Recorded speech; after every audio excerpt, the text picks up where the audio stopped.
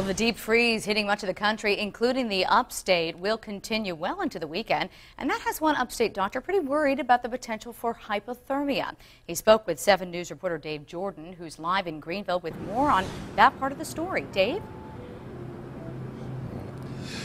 Well, Diane, that doctor works for Bon Secours St. Francis, which sees hundreds of patients on any given day. It's expecting to see that amount over the weekend. Some of those patients will likely suffer from hypothermia. Tonight, that doctor is telling us what we can do to prevent that.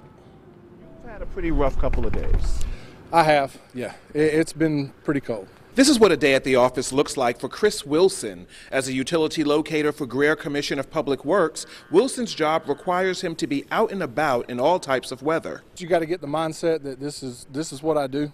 I've got to do this. I got to go do my job. And in the 26 years Wilson has worked in this field, he has never had a winter weather-related illness because when the temperature drops, he dresses appropriately. 3 layers top, 2 layers bottom, and good socks. That's what Dr. Hoffman, the medical director for emergency services at Bon Secours St. Francis, wants us to do, since colder weather is expected to move in over the weekend. Anytime you start getting colder temperatures, even as low as 40 or 50 degrees, you can have some element of hypothermia. As cold as we're going to get overnight, the next several nights, the risk is extremely high. And not just for hypothermia. Anytime we're this cold, particularly as we start getting wind chill, there's a chance of frostbite, particularly on exposed parts of skin, ears, nose, fingers, and toes.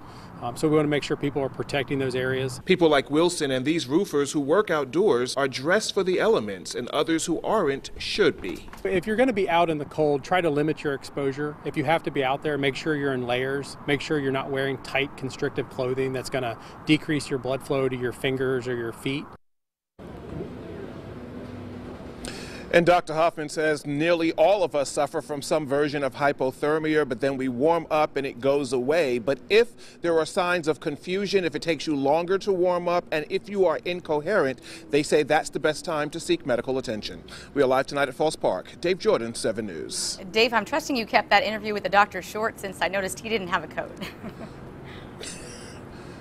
Right, he didn't, and I talked to him about that. He told me to tell the viewers that the interview only took 5 minutes, which I can attest, that is true, and right afterward he ran inside. Now, it was not prolonged exposure. I didn't have the heart to keep him out there for longer than the 5-minute interview, but he did talk about it. 15 minutes, that's when you should start to worry. A quick run outside, 5 minutes, or a quick interview with me, then you're pretty much in the clear, provided you warm yourself up right away.